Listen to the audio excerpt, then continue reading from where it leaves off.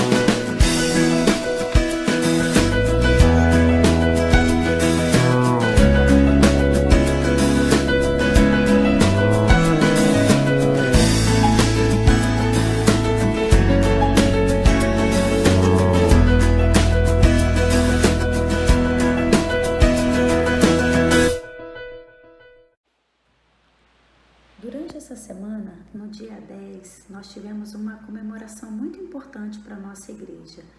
Foi o aniversário da nossa igreja, Igreja Presbiteriana Unida do Brasil. Vou fazer a leitura de 1 Coríntios, capítulo 3, versículo 9. Porque nós somos companheiros de trabalho no serviço de Deus, e vocês são um terreno no qual Deus faz o seu trabalho. Vocês são também o edifício de Deus. Qual é o tamanho do trabalho que precisa ser feito na igreja? Qual é a abrangência do trabalho da igreja? Como é difícil responder a essas perguntas. Quando pensamos na dimensão geográfica, Lembremos que o trabalho precisa ser feito além da localidade onde estamos, em todo o país, em todos os continentes, até os confins da Terra. Se consideramos a dimensão social, o trabalho deve tocar em toda a atividade humana, em todos os aspectos da vida. É um trabalho enorme. Há a necessidade de muita gente para que ele possa ser feito. Além de ser um trabalho muito extenso, isto é, de todas as pessoas que foram batizadas. Ele precisa ser bem realizado. É como um prédio que, se não for bem construído, cai, não vai resistir às intempéries.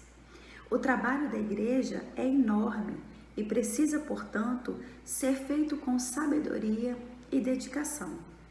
Para realizar esse trabalho, necessita-se de muita gente, muito amor, muito carinho e dedicação. Foi assim que Deus planejou a sua igreja, como uma pequena semente de mostarda que cresce e se torna árvore frondosa, como um grande edifício em que todos têm importância. Todos têm importância. Você, eu e todos os cristãos na face da terra somos companheiros de trabalho. Trabalhamos unidos para levar a mensagem do amor de Deus às pessoas. Esse trabalho deve ser muito bem feito. Ele transforma vidas e em Cristo leva a salvação a todas essas pessoas. Que honra participar desse trabalho. Que honra participar da Igreja Presbiteriana Unida do Brasil. Há alguns anos, homens e mulheres, servos e servas de Deus, semearam uma pequena semente chamada IPU, Igreja Presbiteriana Unida. Essa semente foi cuidada com alegria, dedicação, zelo e muito amor. Foi regada dia a dia, gotas de esperança, gotas de espiritualidade, gotas de companheirismo. E dessa semente, muitas flores e muitos frutos foram colhidos. Frutos que levam esperança, paz a toda a criatura de Deus. E hoje, Deus nos convida, nós somos convocados a continuar trabalhando nessa igreja que tanto amamos, a continuar a semear juntos e levar amor, paz a todas essas pessoas e principalmente o Evangelho de Deus a todas as pessoas que ainda não conhecem. Oremos ao nosso Pai. Querido Deus, grandioso Pai, muito obrigada, Senhor, porque conhecemos a Tua Palavra. Obrigada, Senhor, porque colocaste em nós a semente, Senhor, a semente do Evangelho, a semente da obra, a semente do querer estar próximo e querer construir, Senhor, como família cristã, um mundo melhor. Muito obrigada, Senhor, porque ouve nossas orações, porque cuida, ó Pai, dos nossos pensamentos. E aqui, Senhor, entregamos a nossa vida, entregamos a nossa caminhada, ó Pai. Use-nos como instrumento da Tua Palavra. Use-nos, Senhor, como para o Teu reino, para o fortalecimento do Teu reino. Em especial, ó Pai, te agradecemos por essa igreja onde somos frutos, Senhor, e somos flores também dessa semente há anos plantada. Muito obrigada, Senhor, por todas as pessoas que nos ensinaram, pastores, presbíteros, diáconos, membros dessa igreja que fazem parte de nossa caminhada, querido Deus. Fortalece os nossos passos, fortalece a nossa igreja na Tua caminhada, sempre buscando a Ti, ó Pai. É o que te agradecemos, hoje e para todo sempre. Amém. E nós vamos encerrar a nossa escola dominical com o cântico Fortalece a Tua Igreja. Um bom domingo a todos.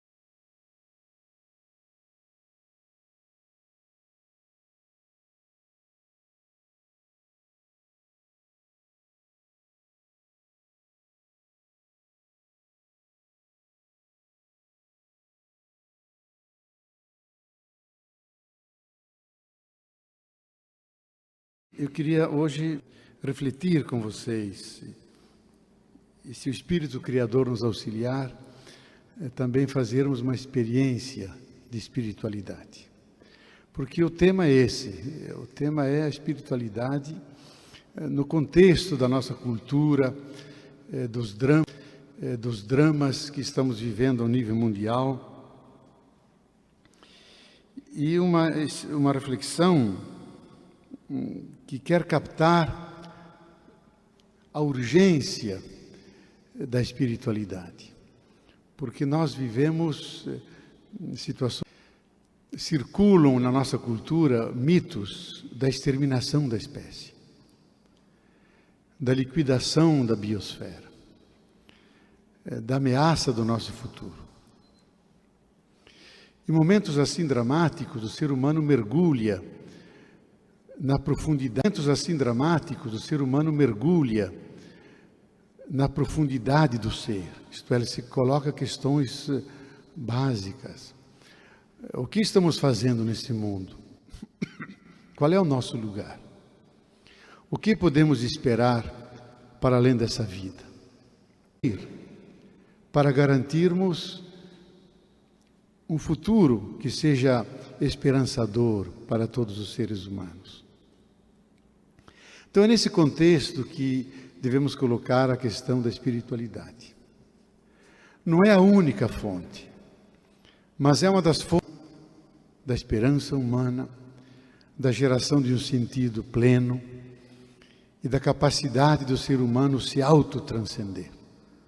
O ser humano só é humano sendo super-humano. Isso que nós dizíamos numa palestra aqui,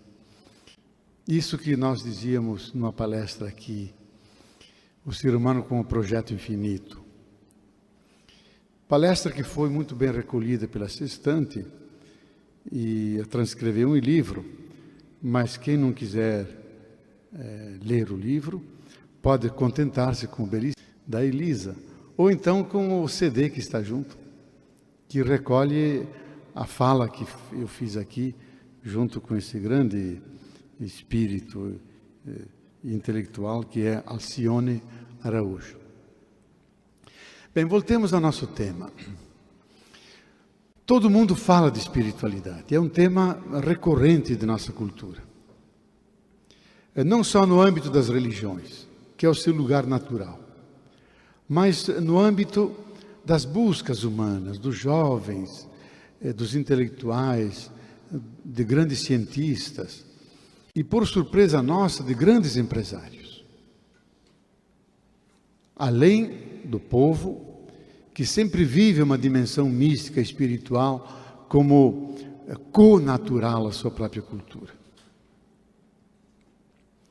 Eu tenho falado nos últimos tempos, nos últimos 2, 3 anos, há grupos aqui e fora do país ligados ao grande poder econômico, executivos de grandes empresas, que colocam como tema mudanças sociais, novo paradigma, produtividade e espiritualidade.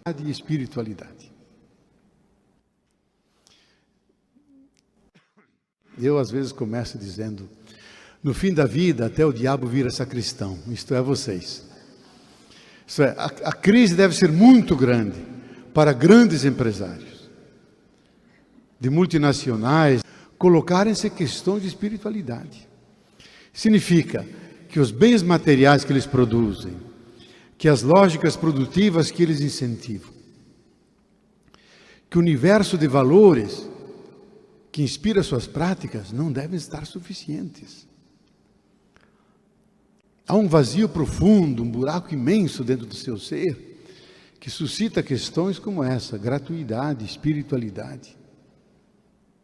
Embora sempre devamos manter o nosso espírito crítico, porque com espiritualidade também se pode fazer dinheiro.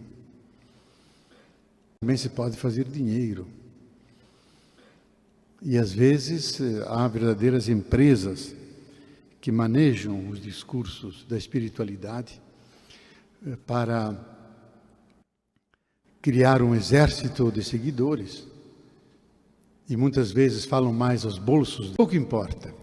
O fato é que, ao nível mundial, pouco importa os países, há uma demanda por valores não materiais, por uma redefinição do ser humano, na medida em que o ser humano é um ser que busca sentir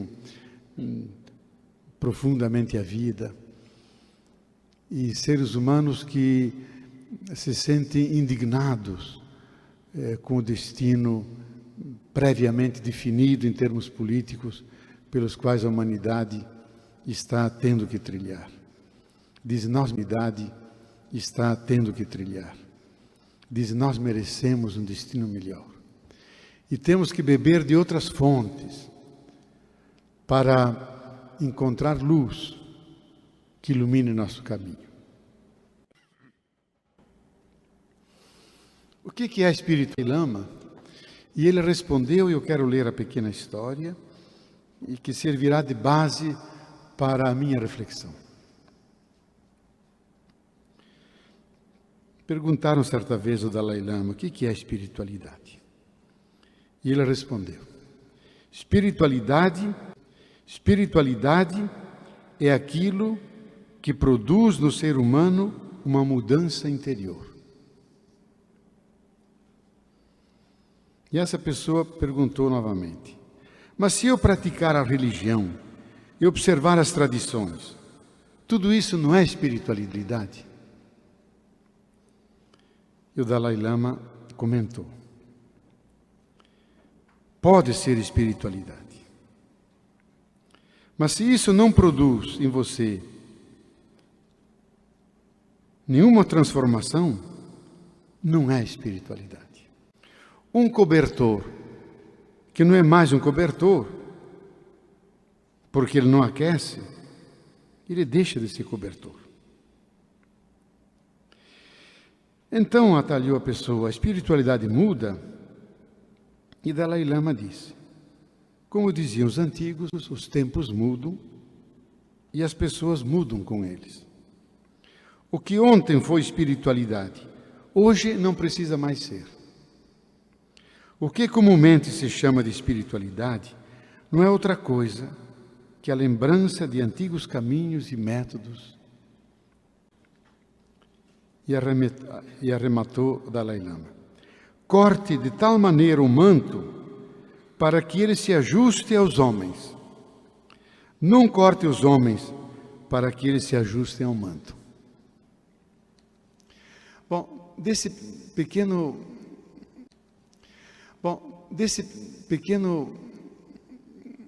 diálogo de Dalai Lama, me parece o principal que devemos reter é isso, que a espiritualidade é aquilo que produz dentro de nós uma mudança. Produz dentro de nós uma mudança. Então, o primeiro que temos que distinguir, mas também não separar, é religião e espiritualidade. Aliás, ele o fez de uma forma extremamente brilhante nesse livro que está entre os best-sellers, não só no Brasil, mas no mundo. Está entre os best-sellers, não só no Brasil, mas no mundo inteiro. Uma ética para o novo milênio. Sua Santidade Dalai Lama, também publicado aqui pela Sextante. É um livro que merece ser lido, porque eu creio que hoje há uma confusão de ideias muito grande ao redor do tema da espiritualidade e religião e ao redor do tema ética e moral. Todos falamos disso, mas não temos ideias claras. Eu nunca vi alguém com tanta claridade e com tanto convencimento falar dessas Dalai Lama. Eu tenho escutado muitas vezes pelo mundo afora, por 3 vezes participei de mesmas mesas que ele, então pude conversar rapidamente com ele. E eu considero uma das pessoas mais messiânicas desse final de século. Era uma das pessoas mais messiânicas desse final de século. Porque é uma das pessoas que mais consola os aflitos, que mais gera sentido aos desesperados, e o que mais prega a paz como diálogo entre as religiões, como abraço entre os salvar a humanidade, como família, e garantir um futuro para a casa comum que é o planeta. Ele corre pelo mundo todo pregando isso. Certa feita em Berlim, numa conversa informal com ele me dizia: olha, Bob, eu acho que perdemos essa pátria. Estamos realizando a vocação dos judeus quando perderam a sua pátria e estavam no exílio babilônico. E foi no exílio babilônico que eles escreveram as escrituras judaicas e que eles espalharam o monoteísmo entre os povos, isto é, que Deus é único e por isso é Deus de todos os povos. E ele disse, talvez o sentido espiritual do nosso exílio é de nós sermos obrigados a correr mundo de paz entre os povos, diálogo entre as religiões. E nós estamos fazendo isso com profundo empenho e grande humildade. Eu acredito que Dalai Lama, mais que outros líderes espirituais, realiza isso com grande leveza, cheio de humor, mas ao mesmo tempo com uma linguagem que nasce do fundo do coração. Por isso profundamente verdadeira, profundamente convincente. Então a primeira distinção que cabe fazer é entre religião e espiritualidade. Nós conhecemos as religiões, nós habitamos as nossas religiões. E as religiões são edifícios culturais grandiosos. Primeiro que toda religião, ela promete ao ser humano, promete salvação, promete vida, promete chegar a essa eternidade, que é o caminho da reta doutrina, então uma visão sobre Deus, sobre o céu, sobre quem é o ser humano, o que deve fazer nesse mundo. Então elabora doutrinas, caminhos para a luz, mas não só anuncia prédicas, acentua práticas. As religiões são fontes de uma ética, isto é, de comportamentos. E no caso do cristianismo, os comportamentos são tão importantes, que são eles que definitivamente salvam. Não as prédicas, mas as práticas. E no budismo, e o Dalai Lama diz muitas vezes no seu livro, da mesma forma que o cristianismo, só salvam e transfiguração no satori das pessoas humanas se elas conseguirem transformar toda a sua visão reta do mundo numa prática profundamente coerente, numa amorosidade com as pessoas, numa compaixão com todos os que sofrem, num sentido de responsabilidade pela todos os que sofrem, num sentido de responsabilidade pela vida dos outros e numa vida de total despojamento, para poder estar aberto a acolher tudo o que vier da realidade. Se conseguirmos essa prática, então conseguimos construir um caminho que leva inexoravelmente para aquilo que é o céu, que é o nirvana, que é a suprema realização do ser humano. Então as religiões constroem edifícios, teóricos as doutrinas, práticos as morais, celebrativos as liturgias, os ritos, mas também artísticos, grandes templos, catedrais. Talvez ninguém construiu templos mais fantásticos que o hinduísmo na Índia, ou as grandes catedrais medievais, que são verdadeiras sumas teológicas. Pela arte, chegar a Deus, e a música sacra, e a arte pictórica sacra, a arte plástica. Então as religiões são das construções mais excelentes do ser humano. E todas elas trabalham com o divino, com o sagrado, com o espiritual. Mas elas não são o espiritual. Espiritualidade é outra coisa. Porque as religiões podem se substantivar, os poderes religiosos se articulam com outros poderes. Os poderes religiosos podem ganhar hegemonia como durante 3 séculos no Ocidente. E talvez foram os séculos da maior violência que o Ocidente conheceu. A violência religiosa. Talvez as 2 milhões de bruxas que foram queimadas. Os milhares de silenciados pela Inquisição. As guerras religiosas de alta devastação. As religiões podem substantivar-se, perder a fonte a partir de onde elas vivem. E de onde vivem as religiões? Se nós olharmos os fundadores, os pais fundadores dos caminhos espirituais, pode ser um Buda, pode ser um Isaías, pode ser um Jesus Cristo, um São Paulo, ou pode ser um Luther King, modernamente, um Gandhi. São sempre pessoas profundamente carismáticas, que tiveram um mergulho fantástico no mistério do ser, que tiveram e testemunham um encontro com a realidade última. Pessoas que se encontraram com Deus. E esse encontro com Deus modificou suas vidas. Por isso elas tiveram uma profunda mudança interior. Eu acho que Jesus teve 2 experiências, já que ele é a referência da nossa religião dominante. 2 experiências de base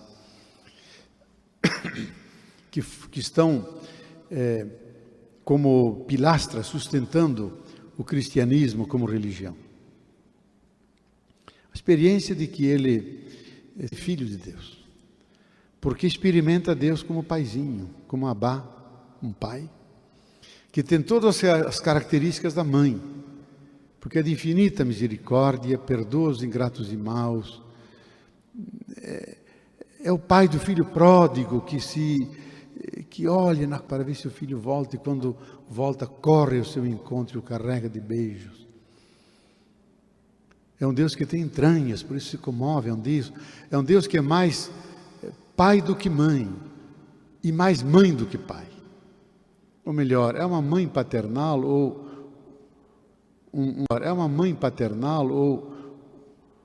um pai maternal. E quem fala e chama Deus de pai sente-se filho. E essa é a consciência de Jesus. E essa consciência abriu a nós todos a possibilidade de cada um de nós, por humilde filhos e filhas de Deus, que é a nossa suprema dignidade. E a segunda experiência, que Deus não atua indiferente, não se comporta indiferentemente no mundo. Ele tem uma política na sua criação. E essa política ele chamou de reino. E essa política ele chamou de reino de Deus.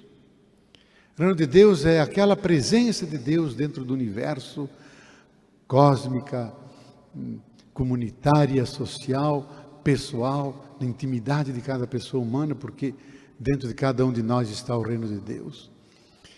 Que o reino de Deus é a presença transformadora de Deus.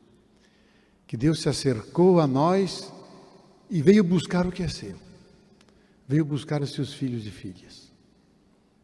E veio resgatá-los, purificá-los e por isso transfigurá-los.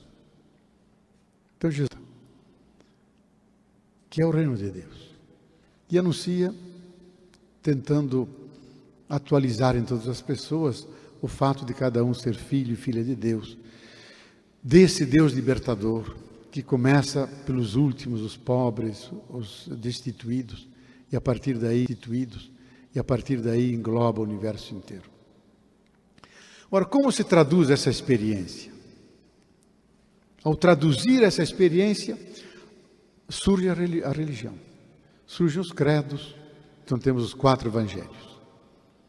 Surge a ética, então temos todas aquelas listas de obras boas, obras más, de como deve ser a ética cristã. Surge o Sermão da Montanha, que é o resumo daquilo que o cristão se propõe a viver, em termos de comportamentos.